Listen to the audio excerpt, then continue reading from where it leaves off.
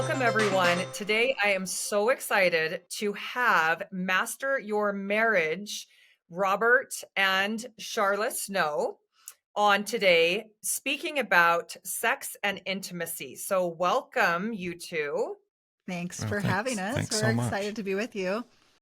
I'm so excited for this conversation. Can you give us a brief introduction to your practice and exactly what you do and where you are?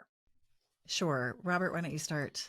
Well, what we like to say, especially when we guest on other people's podcasts, and so that your listeners know a little bit about us. So it is Master Your Marriage podcast, and it's not really all about marriage, even though it is. Marriage for us really just means two people in an emotionally committed relationship. So the same type of problems exist, whether or not you have a piece of paper that says you're married or whether or not you're just in an emotionally committed relationship. And for people who are leaving a relationship at times or wanting to figure out what went wrong when their last relationship didn't go as well as they thought it should be. Right, right. And so what we do is we help couples or individuals to be able to communicate better, to be able to work through conflict, to help develop emotional intelligence so that they can have difficult conversations, because really that's at the core of being able to have conflict and difficult conversations.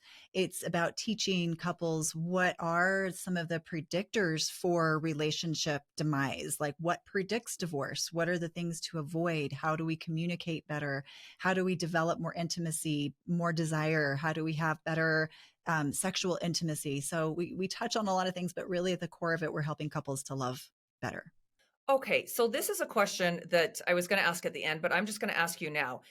Do you only work in person or do you work with couples online?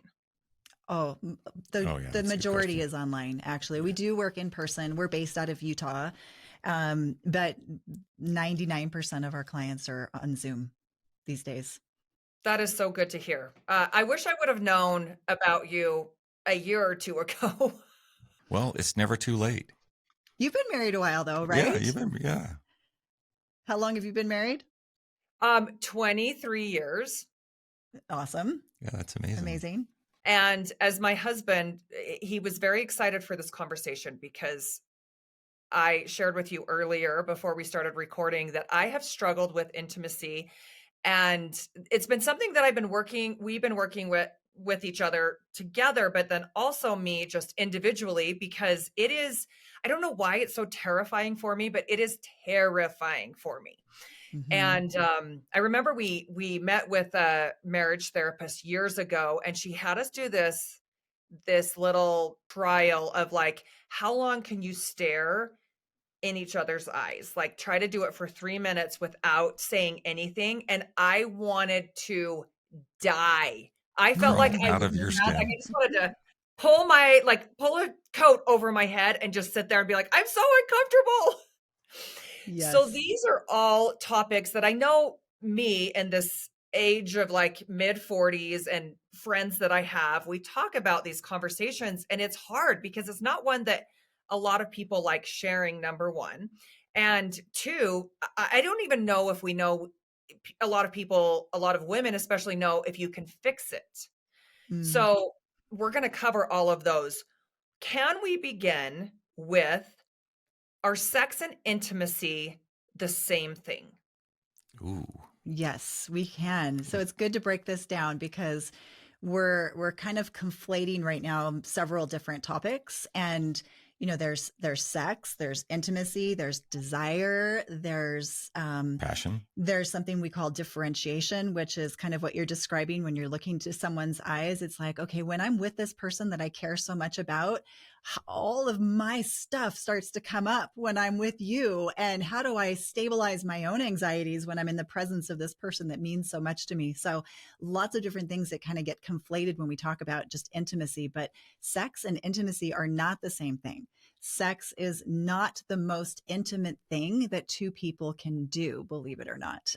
There's far more, maybe even staring into each other's eyes, far more intimate things that two people can do that can bring up so much of our anxieties and our own baggage. So I would define intimacy as the level of connection between two people. Dr. John Gottman, who's done more marriage research than anyone else, or relationship research than anyone else, which we use his methods a lot in our coaching practice. He talks about something called emotional attunement. And emotional attunement is the ability to be in sync with someone else and being able to be responsive to one another's feelings. So I think that's a really good way to think about what intimacy is to be emotionally in sync with someone else. I also think of intimacy as how the level that I'm willing to allow myself to be known to someone else, and also the level that they're willing to disclose and make available to me. It's to be known and to know someone else, warts and all, like all of it, to know all the things about this other person, which brings up so much stuff for us. And to be emotionally vulnerable, which is what it takes to be intimate, is risky, right? Because it's like, what if this person rejects me, or they abandon me, or they don't like what they see, which is normal and it happens. And sometimes we don't like what we see. But vulnerability is the super hard part, right? Like, and we talked about this. I used to think that it was more difficult for guys to be vulnerable than it was for girls. But as we've done this work, we realized that this is not a male female thing. This is an every person thing. But the ability we have to become more vulnerable with our partner, which is warts and all, right? To be able to share with them all of our desires and our fears and our insecurities as well. Gottman calls this the lasting bridge to intimacy, right? It creates this bridge that spans this emotional connection between partners, and it creates this ability to be emotionally in tune, to be vulnerable. And I think that vulnerability equals the greatest intimacy you can get for guys. Because I can speak from a guy's perspective, it is so hard. It is so hard to be vulnerable because we don't want to be seen as weak, right? Like, we don't want to be seen as weak. And that there's a Brene Brown quote that I love about weakness, and I'll share that if you want. But Yes. So Brene Brown was talking about she initially started doing shame researching. And so she had presented it at this group talking about her book. And so this guy comes up to her, and and he says, I've noticed that that you don't study men in your research. And she goes, well, no, I don't study men. And he says, well, that's awfully convenient. She says, well, why so? And he says, men have a lot of shame. We have great shame. He says, you see the book that you signed for my wife and my 2 daughters over there, those 3 girls? She's like, yeah. He says, they'd rather see me die on top of my white horse than ever fall down. He said, we get the emotional crap kicked out of us all the time. And it's not by the coaches and the guys at work, right? It's actually by the women in our lives with these expectations of us. It is, right? And so we have, men have a lot of shame. And so Brene goes on to say, she goes, show me a man that can sit with a woman without trying to fix it and listen to her, right? How hard her day has been, or how much stress she's had that day. And I'll show you a man who's done a lot of work. And conversely, show me a woman who can sit with a man in real vulnerability, right? When he's bearing his heart and his soul, when he's telling you why he feels like he's not enough, when he's telling you why he doesn't feel like he's living up at home, at work, in bed, right? Without judgment, right? And then I'll show you a woman who's done a lot of work, right? And that's the work. That's the work of being able to sit in vulnerability. But if you realize that vulnerability, and I got my hands up for those who are watching any video, vulnerability equals intimacy, right? Deep, lasting intimacy is built on vulnerability. So I want to back up just a little bit, because when you think about how relationships get started, this is not how relationships get started. So when we enter into a relationship, maybe we're dating, or maybe we've just gotten into moving in together, or we're married, or whatever. Where we start is a very like lustful stage, right? We have a lot of desire, and we think we're in love, but it's really a love without actually knowing these parts of each other. It's like, oh, I love you so much, but I don't even know you. And I look back at our relationship, and I'm sure you too, Haley, like, I didn't know you at all when we got married. I thought I did, but I didn't know you at all. And then it shifts into this, now we can see. Now we're living together, or we're married and we're closer together. And I'm like, I didn't know you desired that. that's kind of weird. Or you think that's weird. That's not what I think. And so now we start to expose these differences in each other. And it's sad because we get into relationships and we right away we start trying to change the other person. Even though we fell in love with our differences, we start to try to change each other into being ourselves. There's a whole Seinfeld skit on that one that was hilarious. But so we start to see, truth, and now there's knowing, and the love sort of starts to dissipate a little bit because I'm upset that you desire these things. You're different than me.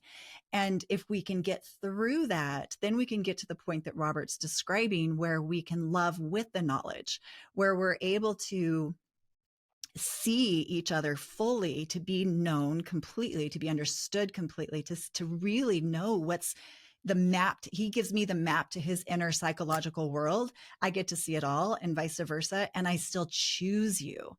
That's getting to that third stage of, there's things about myself I don't like. There's things about you I don't like, but I still choose you. But to get to that point, it takes so much inner stabilization.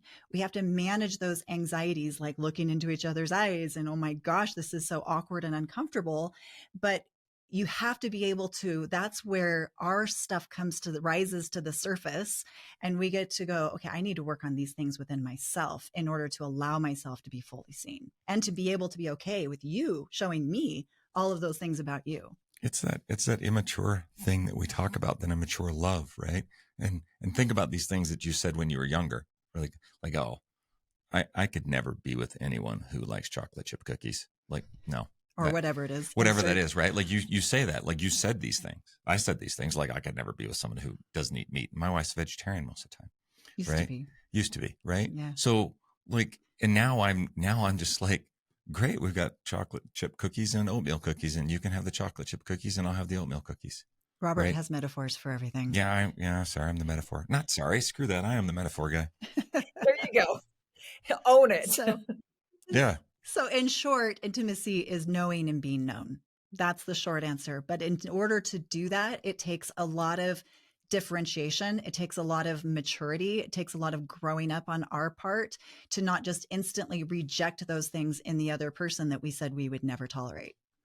Okay, I have so many questions running through my head. I don't even know where to begin. Good. But Keep going. My first question is, okay, so we can desire someone. We can desire our partner, but that doesn't translate into an intimate relationship. We can have a very healthy sex life, but that doesn't mean that we are fully intimate and we have a great intimate connection. Is that normal? Not normal? Is that even possible? I'm just like thinking of scenarios here. Yeah. So all of those things can operate sort of independently. We can have sex, and I mean, we could have accommodating sex where there's not even desire, right? We can have desire with sex without intimacy. We can have all of these kind of things running separately from one another, but it's great when we can put them all together. You can have passionate sex without intimacy. Sure. Yeah, you can. Ask me more. Well, I'm thinking, like, is it possible? Have you ever met a couple that just can't find this level of intimacy? And is it because they haven't done enough work, or is it some people just, I don't know, like have that connection? I know there's certain people in life that we just have a connection with. It could be a grandma, it could be a best friend, it could be, a boyfriend, levels of intimacy. But I know a lot of women, this has come up with more than one friendship that I have where they're just like, I'm broken. I don't know how to be intimate, or I don't like sex. And so they're lumping it all together. But is it like, can anybody find it if they're working hard enough? Yes. So let's break it down a little bit more. So intimacy and sex, let's keep them separated. I want to talk about sex. I actually really want to talk about sex, but let's start with the intimacy. Always wants to talk about sex. That's fine. Great. Let's start with the intimacy first. So there's a really great book called Intimacy and Desire by Dr. David Schnarch. And if you're struggling with intimacy or desire or sex, definitely recommend this book. And he also has another book called Passionate Marriage. And he talks about something called differentiation.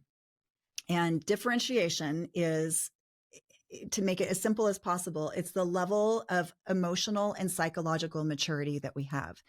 And what we need to do to step into more emotional maturity is to look within our sense of self. How solid is our sense of self? Now, when we're born, all of us are born with something called a reflected sense of self, which means we have to look to the eyes of someone else to know who we are, to know I'm beautiful or smart or capable of something, whatever that is. I look to my parent, my mother, my father, and they say, you can do this. And I go, okay, I can do this. And now I know that I can do this, but I can't know who I am without the reflection of someone else. And as we mature, as we get older, that emotional maturity is not guaranteed. Just because we are 50 years old or 40 years old doesn't mean we've actually developed, a solid sense of self. So how much are we still relying on the perceptions and the opinions of others in order to be able to bolster our self-image, our self-worth, our sense of self? And even outside, it's really tricky within our most important relationships, but you see this anyway, just on social media, right? How much are we hooked on to how many likes we get, how many views we get, how many comments we get, how much of what other people think about us is giving us our sense of worth? And this becomes a really big issue within relationships because there's going to be conflict in every relationship. John Gottman found that 69% of conflicts within a relationship are perpetual. They go on and on and on and on year after year. And that's normal, even in happy, healthy relationships. But if my sense of self gets destroyed every single time we have a conflict, then I'm not going to have desire. I'm not going to be able to be intimate. So developing a sense of self is really where it all begins, like being solid in who I am so that I can handle some level of conflict, some level of disagreement within my partner. I'll tell you a couple of quick stories. So one particular person that I was working with, they weren't married, but they had hooked up during COVID, and they had sort of been an online relationship. They got together, they hooked up to have sex, and the first time they got together, but when they met each other for the first time, she made a statement about his appearance, that he wasn't what she expected. And he was unable to perform because she had insulted his sense of self. It's his fragile sense of self. So he wasn't able to have an erection. Hopefully I can say that on your show. I'll ask permission later. Similarly, how many times do women, as a woman, when he doesn't listen to my challenges of the day, my problems of the day, and he's not interested in my emotional concerns, how many times does my desire turn off? Well, if I have a really fragile sense of self that needs a lot of praise and validation from him, I'm not going to want sex. I'm not going to want to be intimate. So what you're asking is, like, the personal development piece is so important, because when we have a solid sense of self, it's amazing how the level of connection and intimacy and how much more I'm willing to show him, because I'm unencumbered by my insecurities. So I can let him see it all. But if I'm still worried about what he's going to think and I need him to boost my self-esteem, I'm not going to show that to him. Yeah. Okay. So these are really deep-rooted issues. But common, right? And I think that is a thing a message that I think we want to give people is that, like, you're normal. If you have had sexual desire issues in your relationship, you're absolutely normal. In fact, in every relationship, there's always a higher desire partner and a lower desire partner, always. But we make so much meaning around that. Always we make it, right? Because it's a scale. So even if you were in one relationship and you had sex once a week, but then you get into the next relationship, and now your partner wants sex every day of the week. Well, now you might have gone from being the lower desire partner to the higher desire partner, or vice versa, because it's just a scale. So in every relationship, there's always a higher desire and a lower desire partner, always. And it doesn't necessarily mean anything's wrong with you. It just means you're normal. Okay, that's so good to hear. So I have a big question.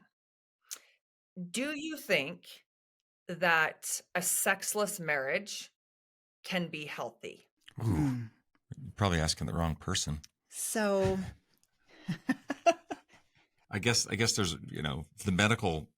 I'm in the medical field, so on the medical side, I'm like, okay, well, is there a medical problem with that? But it can be right, solved or right, not, right. I right? think But there's lot of individual potential explanations for that, like you're thinking of, right? But for the most part, no. I think it's some if one, I guess if they're both happy with it, then it can be healthy. If both partners are truly okay with that, then I guess it can be healthy. But generally speaking, no. Like this is something that is I don't like to use the word normal, but it is something that I think most people find so much meaning in. And it is important. It is important for a well functioning relationship where both partners want it and they're capable of having it.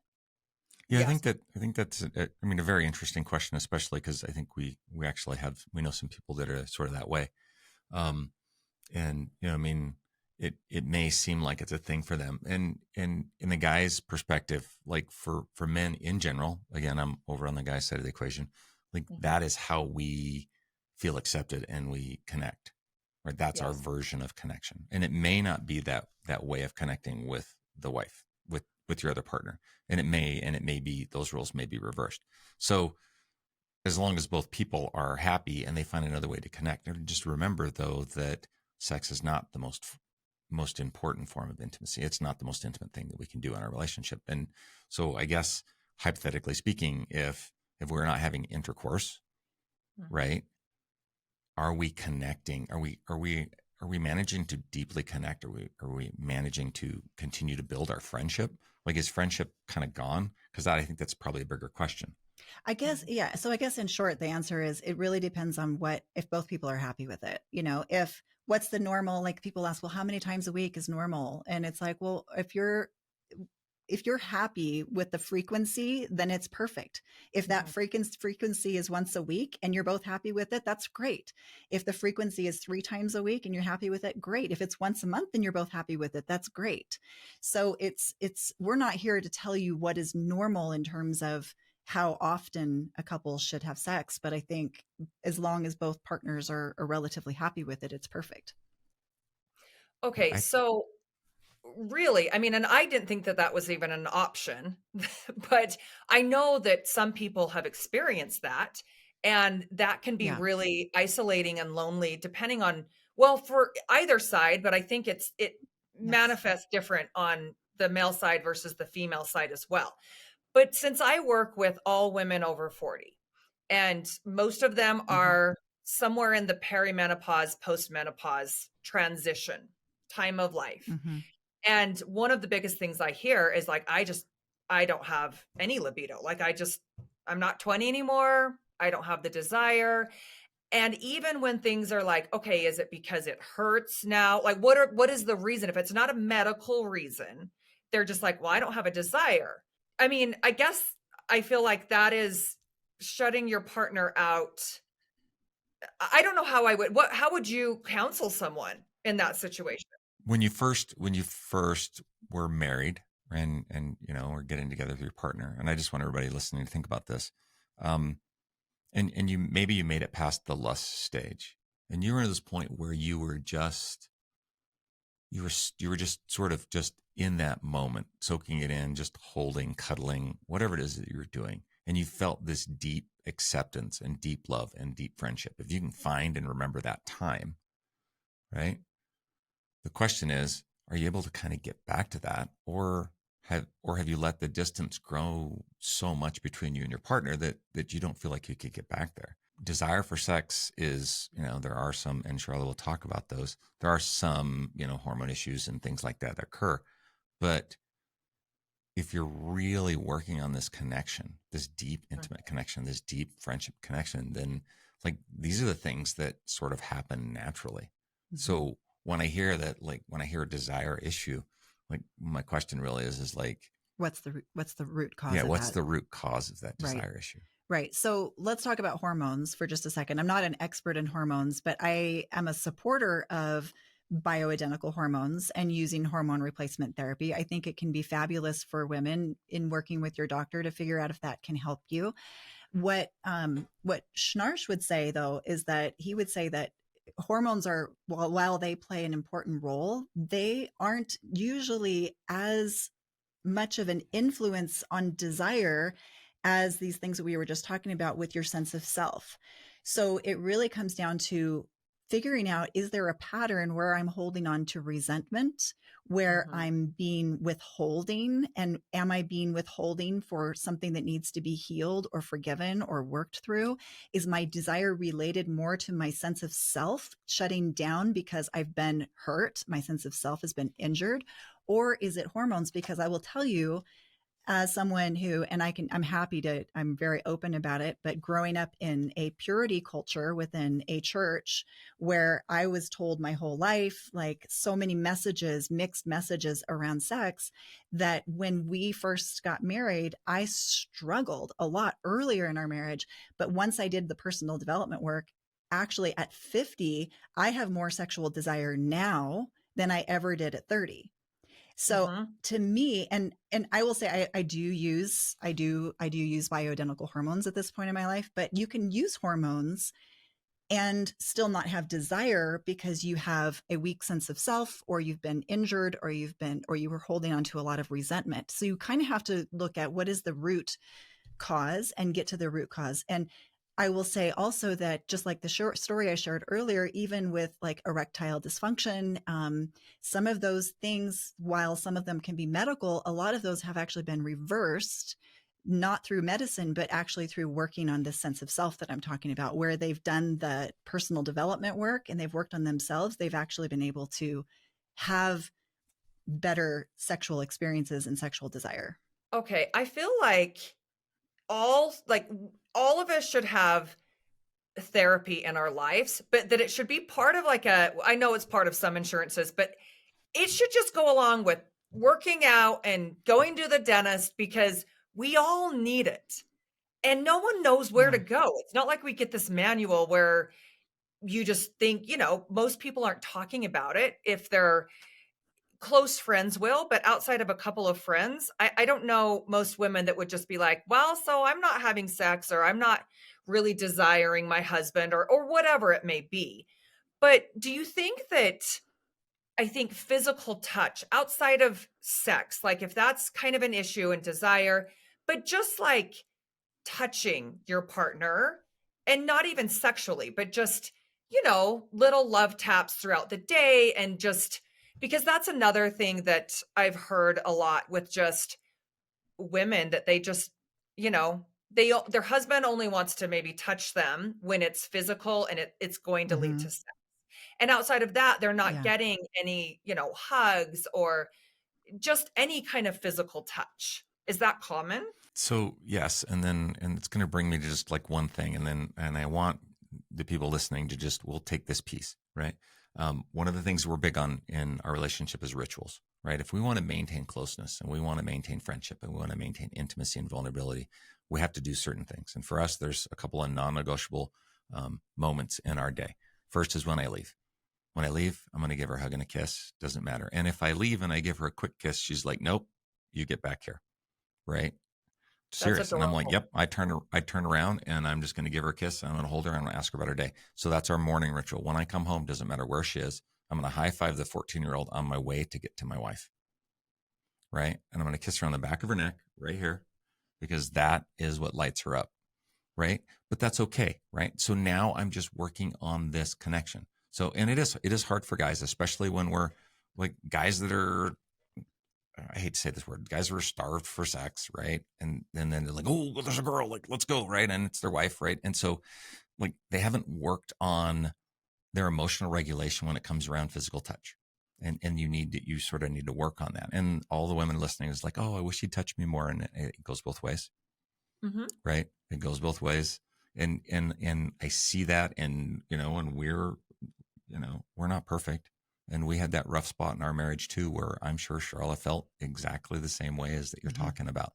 Right. And it takes a while to do that. But if you're invested in this one, my ride or die, if you're invested in your ride or die, right? Then you start working on those things, just little things. It's just a little piece, right? So they're just two of our rituals: coming home, going away, and just making those connections. So that builds this little bit of physical intimacy, right? Mhm. It builds just a little bit of physical intimacy, and then physical touch, and then of course, I'm more touch. She's, well, I don't know, she is, but So there's something that you've heard of, love languages. Yeah. Obviously, we've all heard of love languages. From the neuro-linguistic programming side, we assess it a little bit differently to figure out what someone's love language, we call it love strategy, is. And some people are very much touch. I'm a touch person. Like, I have to have physical touch that is non-sexual on a daily basis, and I'm very needy for it. Like, I admit it. Like, that's why we have these rituals, because he knows this about me. Whereas he loves to hear lots of, appreciation. Like, he really wants to be appreciated and hear certain words from me. Mine is more kinesthetic, his is more auditory, and we know that about each other. And so just one of those things, way we show love for each other is to try to activate each person's love strategy on a daily basis. And I think especially for women who are touch, when they don't get the touch, they will instantly start to think he only wants me for sex. I'm only good for sex. And it's just because maybe we haven't communicated how important it is and what it means to us to have that physical touch. And I will say when I started to get more non-sexual touch, I started giving him a lot more actual sexual touch. It kind of like, it's sort of, of course, my desire, my arousal and everything kind of went up, but he had to understand that was important to me and why. Yeah, and it's not love language. It's it's really this unconscious love strategy, and we talk about that in a couple of times. But it's really about just understanding your values. And there's one of our podcasts we talk about when Charlotte asked me when I felt truly loved, and so like I just want to illustrate the difference here for the people listening. So I'm very kinesthetic. I have to, I need to hear it, right? Charlotte's touch. And so we would ride in the truck, and Charlotte would always put her hand on my leg. And I like that. Like she's always touching me. Right. So, and then I was always tell her how wonderful and beautiful she was. Right. So my love strategy, right. He was feeding to me. I was feeding to her. And I was feeding mine to him. My love strategy, but it wasn't hitting. It wasn't landing. It wasn't landing at all. And she was feeding to me her love strategy. Right. And so we're just going around the world. I'm showing her love the way that I think that she needs to hear love, and she's showing me love the way and we're both just missing. We're both just missing, right? And so finding out that secret weapon, the easy button, well, that's it for me. It's easy button. I know which button to press, right? It's easy. And, and then I get the return on that. And for her, same thing. She has to, like sometimes I get dressed for work and I'll come out and I'm like, I look good, don't I? And she's like, oh, you look great. You're looking for a compliment. I'm looking for a compliment. There it is. But that's okay, right? Once now you understand. Yeah, but that's okay. Maybe that's his strategy, right? He needs to hear it. He needs to hear it. So I'll tell her, I'm like, I look good. Great. She's like, yeah. I'm like, thanks for that. Even though I had to prompt you to tell me, So it really comes down to communication being the biggest piece. And I think that's hard for a lot of us. I know I keep bringing up just because it's my reality, my relationship, but my husband for years was just like, oh, we don't talk about anything. Something bothers me about you. I'm just not going to tell you because I just don't want to have the conversation. It's easier for me to just push it down. And then it never pushes down forever. It always rears its ugly head at some point. And so that's been something where I'm like, you have to tell me, because if we just don't talk, it's almost like ships passing in the night. Yeah. So one of the number one things that that people will present into therapy or coaching for is a mismatch in meta emotions. So a meta emotion mismatch, a meta emotion just means what you feel about feelings. So what are your feelings about feelings? And we are all raised up in different ways, where maybe some households, they gave each other lots of praise. They worked through and talked through emotions, were discussed. And so they talked about their emotions all the time. In another household, maybe your husband's was this way, where they didn't talk about those things. And so we start to grow up with these different beliefs around feelings. And then we get into relationships where these beliefs clash. And one of the research studies that John Gottman was doing, he just illustrated with these two different people, they're both women, who had these different views of anger. One of them was like, anger is so toxic. Anger will ruin our relationship. Anger will, because she had a parent situation where she had a parent who was, I guess, angry all the time. And so she just connected anger, which, by the way, anger is actually not predictive. When all the research, it's not predictive of relationship breakup. Yeah. But she associated it with that. It was contempt. It was rage. It was abusive. Then in another woman, she was like, oh no, my mom was so depressed and so sad all the time growing up. I hate sadness. So I love anger. I love anger because it's energizing and it gets me out of sadness. So how we're raised creates these systems inside of us where we then have these opinions or these beliefs that mostly operate unconsciously about what it means to have conversation, what it means to have conflict, what it means to communicate, what it means to share vulnerabilities.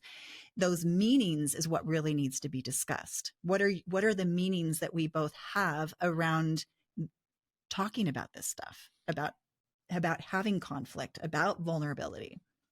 Yeah, that's hard. That's a difficult one, right? I mean, and even when Sherla shares that story, like, if people who are raised talking about their emotions, and my left eye starts to twitch because I was raised with suck it up. Yeah. Right? Yes, And me a lot too. of guys are. Yeah, as we were, right? I was raised with, we don't sit down and talk about emotions. Like, oh, I want to sit down and talk about how you feel. I'm like, I need to go somewhere, right? Yeah. But now, right, if you learn, if and you mentioned communication, I think it's the best part, right? If we learn how to accept our partner's viewpoint in the world and love them for that, it really becomes amazing. Instead of trying to change them to make them like have our viewpoint. Yeah, it's easier to change them. It doesn't really work. Right? Pushing down your emotions is sort of like a clogged. Yes, that's a clogged sewer pipe. Eventually, it's not going to be pretty. Yes. Another metaphor for you. Yeah, I love the metaphors. So do you think that it is okay? Because a lot of women are busy if they're raising kids, and this was me a little bit younger, because now I'm kind of on the tail end where my kids are getting older and leaving the home. But do you think it's okay to just, I know you're going to say no, but I just want to know if this is something that you hear, is it okay to just push it down? A lot of us are just like, we're barely surviving. We have young kids or teenagers that, we're caring for aging parents, and we have all of these other issues. I don't have time for this big elephant in the room until your kids start moving out or whatever it is. And all of a sudden you're like, wow, I didn't prioritize my marriage for X amount of years. But I know that happens a lot. It happens all the time. It's a default. We get into trouble quite often on social media because we do. about certain controversial topics. And one of them is this, and that's your marriage has to come before your kids. It has to. I'm not saying not to feed your kids or take care of your kids or take them to soccer practice or to give them love or attention at all. Like, that's not what we say, but you have to demonstrate for your children what a successful relationship looks like for their benefit, but also so that when they're 18 and they leave the house, there's something left of the two of you. And if we keep pushing things down, waiting till next year, waiting 18 years, there's not going to be you left. There's not going to be a relationship left. And I can't tell you how many people have shown up in, on our calls or in appointments with us that are in that stage. And one of them is just like completely checked out. Like, no, not interested, and trying to get that back when all it took was a little nurturing along the way. And I'm not saying 24/7, we really but there is a minimum amount of investment. And this ties in with sex too. So I think this is important. Like, there's a minimum amount of investment you need to put into your relationship to have friendship. There's a minimum amount. And sometimes that's even asking each other, like, to grow, to do better for the friendship, for the relationship, and to kind of grow up for the relationship so that we have this friendship that's going to last until our children are gone. And, it's interesting, even when it comes to things like repair, And we talk a lot about repair on our show, and we have an episode about it right now. But one of the things they found with repair and forgiveness is that repair only really works where couples have good friendship. Like you can follow scripts and you can follow like the perfect semantics and give a beautiful apology, but unless there's something there, a friendship that's there, it's probably not going to work. So friendship is the basis for a good relationship. It's also the basis for fabulous sex. Like the better you are at being friends, the better you're going to have in the bedroom too. Like the better things are going to be generally in the bedroom. So friendship is key. And there's just a certain amount of time you have to invest in that so it doesn't deteriorate. All right. This is another spicy question. Okay. Are you Oh, ready? good. Yeah. Mm-hmm. We love the spicy questions. Mm-hmm. So I work with a lot of clients in person, online, and they share with me. I almost feel like a personal trainer is almost like a hairstylist. So they get really Yes. comfortable with you. And so you hear a lot about their highs and lows and their relationships and everything. So if you are like, okay, well, I have a great friendship, but I'm no longer attracted to my spouse. This is where I think you have to have some level of keeping up with yourself, your spouse, and you. But she was just like, well, he's in this specific example, well, he's really overweight and I'm just not attracted to him anymore. Mm-hmm. And I'm like, well, do you have these conversations or are Yeah. you just like, oh, I'm not having sex anymore because I'm not. I mean, and then everything just deteriorates from there. How would you approach that? You have a thought on that? I mean, I mean, we've both gone through our individual health journeys, right? Like Robert's, I don't know, am I allowed to say? Like Yeah, Robert's down like 90 pounds right now from where he was a couple years ago.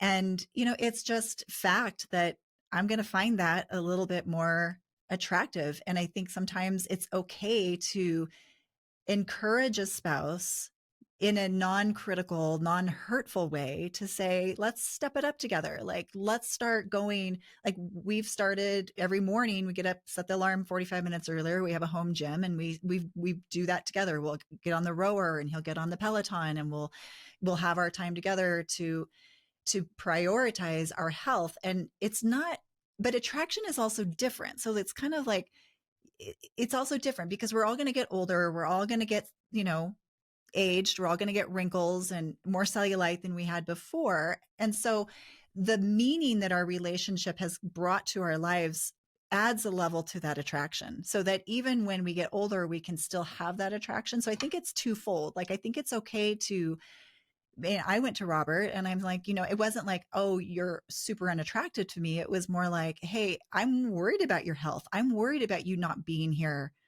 for as many years as I'm here. I want to be with you. Let's do some stuff to improve both of our health and our longevity and stay healthier longer together. So, I mean, that is kind of a reality. But the flip side of that is that I also think that great sex and cellulite also can go together, because the more we grow together and mature together and develop these experiences together where we have this meaningful life with these rituals that Robert talked about and more, like the attraction will also develop and become more mature. I listened to this podcast that really just stuck in my head. It was like a year and a half ago, but it was called Sex and Sweatpants. And really the meaning was just like, you have to put in a little bit of effort. That doesn't mean it not even necessarily has to be like, oh, well, you've gained a little bit of weight or whatever people are thinking physically, but just like, don't always just be like, well, our partner is not on loan. They're on loan. And I think that's what she was saying. Our partners are on loan, and we still have to just put in a little bit of effort in lots of different areas to just, maybe just don't wear sweats 24/7 if you work from home. Maybe Totally. just, get ready and let's go out, even if it's not a big extravagant date, but just something to like show that we're trying for each other. Mm-hmm. Yeah, absolutely. And that's And I love that I love that you put it that way because Charlotte was talking about, was there a last podcast? I'm not certain. There was one where she was talking about how, you just need to, we have to put in some effort. In what she said, I'm just going to paraphrase, but she said, I still want him to find me attractive. Mm-hmm. Mhm. And even when I passed body size, I still wanted her to find me attractive. I knew, and so Yeah. you still try, right? And I think that as long as you're still trying, like I'm still, even right now, I'm trying to impress her, Mm-hmm. right? Because this is my one, and Mhm. and I think that as long as you're still trying, now the difficulty is like, why is somebody not trying? Is it hopeless? Have they given up? Is there criticism? Is there contempt? Right? Are their trials met with disdain? I mean, I guess in my past situation, if Charlotte would have said, I don't know, I hate using those words, right? You're repulsive, or like all those types of things, that might have just spiraled me, Yeah. right? It might have just spiraled me, and then I might have shut down, right? And then, then 10 years later, she's at the gym talking to you about how she's not attracted to her husband. Mm-hmm. and Yeah. that's probably not the case, but like we all, like, regardless of how well I've developed my sense of self, I'm still reflected in how she sees me, right? We still want to be important to each other. And I think the minute we stop trying to be important to each other is really a sort of a dangerous spot. I don't know, Charlotte. Well, I think it's also showing complacency. To me, that's a sign of Yeah. I've taken you for granted. I don't Mhm. care anymore how I look, how I smell. Like, it doesn't matter if I've showered, if my hair is, whatever. And I'm not saying like what you just said, like, I don't think you have to have a full face of makeup and go to the salon every day and come home and be perfect, but just show you care. Just show Mhm. you care a little bit. Like, I still want to go out to dinner and be like, oh, I'm with the cutest guy in the room, even though we're in our 50s. Like, I still want to feel proud of him and he wants to feel proud of me. I think that's a great thing. Mhm. Okay, so if we've talked about so much. I feel like I could go for hours and hours with you guys, and you're adorable, and I'm in love with you both now. So I hope you come on for a part 2. But if we have, so let's say that we're disconnected somehow with desire or with intimacy or with sex. Any of those, or maybe a trio of a little bit of all of them. What are the steps that you can give, to just general steps to try to turn the ship around and to mend these areas that might be painful? Okay. So first, I gave you a book earlier, Intimacy and Desire. I would definitely get that book and start reading it. There's another book called Everything Isn't Terrible, which also has, both of those will help with basically the sense of self. The thing about, and when I'm going to bring in that, and then I want to go to friendship. But so when I love what David Schnarch says. He says that sex is Yeah. leftovers. So you're going into this, you're getting into a relationship, and you start a relationship, and it's like Robert comes in, he's like, these are all the things I'm willing to do. Sort of, right? And it's like, oh no, that's nasty, that's gross, that's perverted. We're not doing those things. And then I come with my list of things that I think are okay. And what's left over is this buffet of leftovers of what we're both willing to accept in a sexual relationship.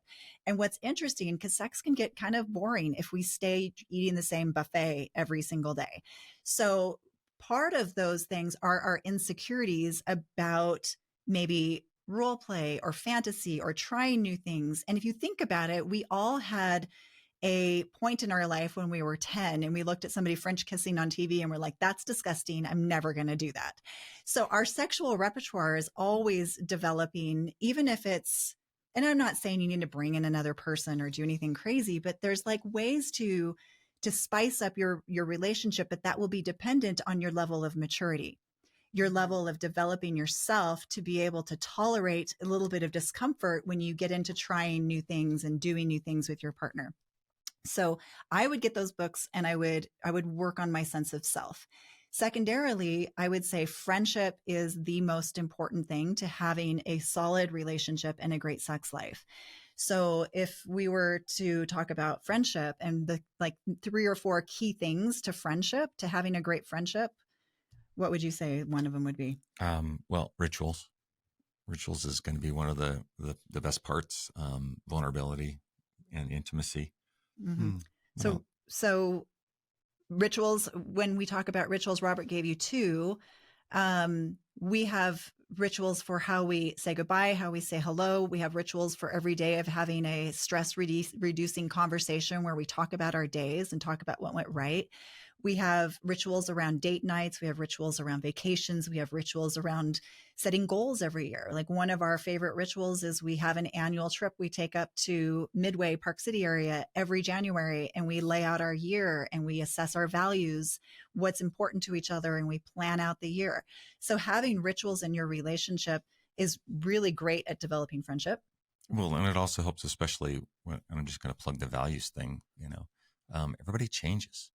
Your needs and wants change from year to year. Like this year, I want to get in shape, or this year, I want to become a pilot, and you have that on the inside. Unless you've kind of dug down and really ferreted out your values and made and shown those to your partner, and made the other person aware of that, then they can help support your values. So now you have you have somebody who's on your side. So how do we do that? We have to have conversations. We call it, or John Gottman calls it, love maps, where we update our love maps with each other. So this is another part of friendship. We have to still continue to have those conversations like we did when we were dating. What are your interests? What are your worries? What are your fears? What are your goals? Where do you see yourself in 5 years? What are you worried about? Who are your best friends? What's going on at work that is challenging you? Where do you want to develop? Where do you want to grow? They're open-ended types of questions that have hours of conversation. That way we keep our maps of each other updated, because how do you love someone you don't know? And how do you show interest in someone you love unless you're having those conversations? Absolutely. And then you have to have the time, right? You want to put in the time. We have a 6-hour magic. We have an episode on like a 6-hour magic week of like the minimum amount of time we feel like it takes to keep a relationship alive, where it's just not on autopilot or life support. Actually, it was what I was thinking, right? So are we spending the time? And then there's another thing that we talk about with friendship called bids for connection. Yeah. And that's that our partner, we are always making subtle attempts all the time to connect with each other. And with our phones and with our busyness of our lives, we are missing these opportunities where our partner is trying to connect with us, and then resentment will set in. And research actually showed, when they looked at early married couples, newlywed couples, they videotaped them in this like Airbnb kind of setting they called the Love Lab. And they looked at how many attempts were being made by each other to connect and how many of those attempts were being ignored. And then 6 years later, looked to see who was divorced and who was still together. And the ones that were still together had responded 6 years earlier 86% of the time to those attempts. The ones that were divorced had only responded 33% of the time. And it's interesting because I think now we're talking about what are these attempts for connection. So we'll just give you an image, right? So we're both in the house, and this was John Gottman. They built out this like Airbnb, and so the couple is there. So she's looking out the window, and this is direct from what he talks about in the research. And she's looking out the window, and she's like, "Oh, look, there's a boat out there." Well, since we're in Utah, we'll say, "Oh, look at the mountain. There's a cabin up there." And he's scrolling on his phone, doesn't look up, right? He's missed that opportunity for connection. And you don't even need to be great at it. He looked up and was like, "Oh, that's cool." Or the other one who comes over and looks out the window and he's like, his arm around her, he's like, "We should build one of those cabins one day," right? Mm-hmm. That's an amazing response to a bid for connection. Or it could just be a sigh, or it was like, "Oh crap," like, open the fridge, or, something happened. Like, you're like, "Oh, what's wrong, honey?" Like if you let these moments go by, if you let those bids for connection go by, then you're missing the opportunity to connect and be friends. Right. One more thing for friendship, and then we'll probably wrap it up because I know we're like at the end of time, but I think forever. The last thing about friendship that is so important. So we've talked about time, we've talked about love maps, we've talked about bids for connection. The last thing would be appreciation. Yeah. And what they found in this research is that I think it was 95% of the time, the couples that put a positive spin on their relationship have these long-lasting, enduring relationships, 95%. So gratitude and appreciation will change so much, right? And gratitude is the general feeling of what we feel. Appreciation is actually expressing it and saying it. So it's noticing the things in each other that we're really grateful for in our relationship, in our partnership, in each other, and then going further to say it. And if you'll do that, if you look every day for what's going right instead of what's going wrong, because you're going to find whatever you're looking for. If you're looking for what's wrong, you're going to find it. If you're looking for what's right, you're going to find it. But if we're consciously making that effort, it's going to snowball and we'll see more of what's going right. And you're going to have a better friendship. So appreciation, love maps, bids for connection, spending that time together, you're going to have a fabulous friendship. The only thing that's really going to tear you apart at that point is not knowing how to do conflict. So that would be a whole different episode, but like learning how to have positive conflict, learning how to not put it under the rug, or what you said earlier, push it down, like learning not to push it down and how to have conflict, but how to have it in a positive way, because we all have conflict. The weirdest thing, positive conflict. Who thought? And I'm a pretty firm believer, if you'll work on friendship, sex and intimacy will be a byproduct. Mm-hmm. It just Absolutely. will. It just will. Great sex and great intimacy will be a byproduct. Yeah. Okay, this has been so powerful. I mean, I cannot wait for round 2, and we're going to cover the conflict, because now I'm super intrigued by what you guys have to say.